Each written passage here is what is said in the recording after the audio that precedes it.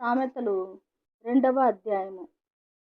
నా కుమారుడా, నీవు నా మాటలను అంగీకరించి నా ఆజ్ఞలను నీ యొద్ద దాచుకొనిన ఎడల, జ్ఞానమునకు నీ చెవియొగ్గి హృదయపూర్వకముగా వివేచన అభ్యసించిన ఎడల, తెలివికై మొర్రపెట్టిన ఎడల, వివేచనకై మనవి చేసిన ఎడల, వెండిని వెదకినట్లు దాని వెదకిన ఎడల, దాచబడిన ధనమును వెదకినట్లు దాని వెదకిన ఎడల, యెహోవా యందు భయభక్తులు కలిగి ఉండుట ఎట్టిదో నీవు గ్రహించెదవు.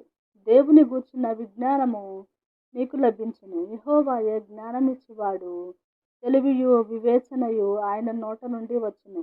ఆయన యథార్థవంతులను వర్ధిల్లచేయును. యుక్త మార్గము తప్పక నడుచుకుని వారికి ఆయన కేడముగానున్నాడు. న్యాయము తప్పిపోకుండా ఆయన కనిపెట్టును. తన భక్తుల ప్రవర్తనను ఆయన కాచును. అప్పుడు నీతి న్యాయములను, యథార్థతను, ప్రతి సన్మార్గమును నీవు తెలుసుకొందువు. జ్ఞానము నీ హృదయమున జొచ్చును. తెలివి నీకు మనోహరముగా నుండును. బుద్ధి నిన్ను కాపాడును. వివేచన నీకు కావలి కాయును. అది దుష్టుల మార్గము నుండియు, మూర్ఖముగా మాటలాడు వారి చేతిలో నుండియు నిన్ను రక్షించును. అట్టివారు చీకటి త్రోవలలో నడవవలెనని యథార్థ మార్గములను విడిచిపెట్టెదరు. కీడు చేయ సంతోషించుదురు.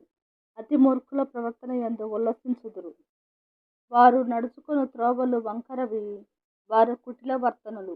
మరియు అది జార స్త్రీ నుండి, మృదువుగా మాటలాడు పరస్త్రీ నుండి నిన్ను రక్షించును. అట్టి స్త్రీ తన యవనకాలపు ప్రియుని విడుచున్నది. తన దేవుని నిబంధనను మరుచున్నది. దాని ఇల్లు మృత్యువునొద్దకు దారితీయును. అది నడుచు త్రోవలు ప్రేతల యొద్దకు చేరును. దాని యొద్దకు పోవు వారిలో ఎవరునూ తిరిగి రారు. జీవ మార్గములు వారికి దక్కవు. నా మాటలు వినిన ఎడల నీవు సజ్జనుల మార్గమందు నడుచుకొందువు. నీతిమంతుల ప్రవర్తనల ననుసరించుదువు. యథార్థవంతులు దేశమందు నివసించుదురు. లోపము లేని వారు దానిలో నిలిచియుందురు. భక్తిహీనులు దేశంలో నుండకుండా నిర్మూలమగుదురు.